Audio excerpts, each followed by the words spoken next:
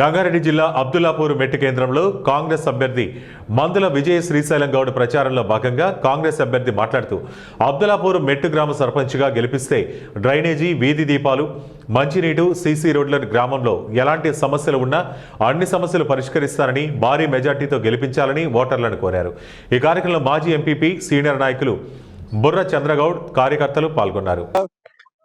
ప్రతి ఒక్కరు మా ప్యానల్ తరఫున కూడా ప్రతి ఒక్క సింబల్ వచ్చిన వాళ్ళని జాగ్రత్త పరిశీలించి అవన్నీ గుర్తులోనే చేయాలేమో. ప్రజలంతా తెలివికల్లో ప్రతి ఒక్కరు ఎక్కడ చేయాలో అక్కడ గుర్తుతారు. అది అనుకుంటాం మనం పైసలా గిసలా కాదు, కానీ విజయ శ్రీశైలం గౌడ్ చాలా మంచి వ్యక్తి.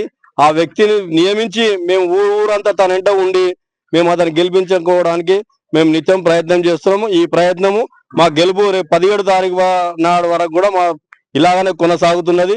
ఇలాగనే పబ్లిక్ నిరాజం పడతారని విజయం తెలియజేస్తున్నాం. ప్రచారానికి బయలుదేరినాము. ప్రచారానికి కొన్ని పబ్లిక్ సమస్యలు చెప్తున్నారు. సమస్యలు గత 10 ఏళ్ల సంది కూడా మా ప్రభుత్వం లేకుండే.